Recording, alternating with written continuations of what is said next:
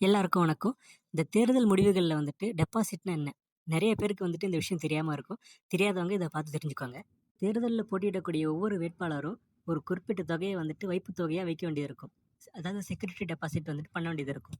அதாவது சட்டமன்ற தேர்தல்ல போட்டியிடக்கூடிய வேட்பாளர் ரூ. 10,000 நாடாளுமன்ற தேர்தல்ல போட்டியிடக்கூடிய வேட்பாளர் வந்துட்டு ரூ. 25,000 பே பண்ண வேண்டியது. இதுவே அந்த வேட்பாளர் வந்துட்டு எஸ்சி, எஸ்டி பிரிவை சேர்ந்தவங்களாக இருந்தாக்கா, இந்த அமௌண்ட் வந்துட்டு உங்களுக்கு அதில பாதியா இருக்கும். 10,000ங்கிறது 5,000ஆகவும், 25,000ங்கிறது 12,500ஆவும் இருக்கும்.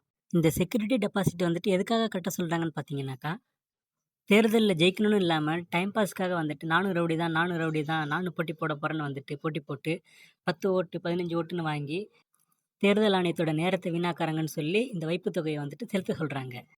சரி, இந்த டெபாசிட் வந்துட்டு திரும்ப கிடைக்குமா? யார் யாருக்கு கிடைக்கும்?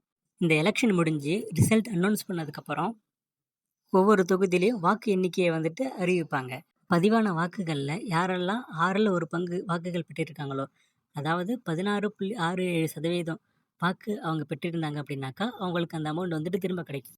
இப்போ எக்ஸாம்பிளுக்கு பார்த்தீங்கன்னாக்கா, ஒரு தொகுதியில வந்துட்டு 60,000 ஓட்டு வந்துட்டு போல் ஆயிருக்கு. அப்படின்னா, அதில 6ல் ஒரு பங்கு 10,000.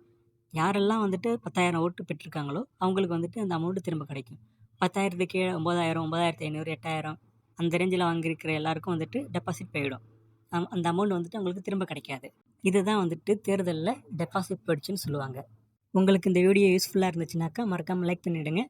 சப்ஸ்கிரைபும் பண்ணிடுங்க. வேற எதுவும் உங்களுக்கு டவுட் இருந்துச்சுனாக்கா கமெண்ட் பண்ணுங்க. அடுத்த வீடியோவுல பார்க்கலாம். Thank you.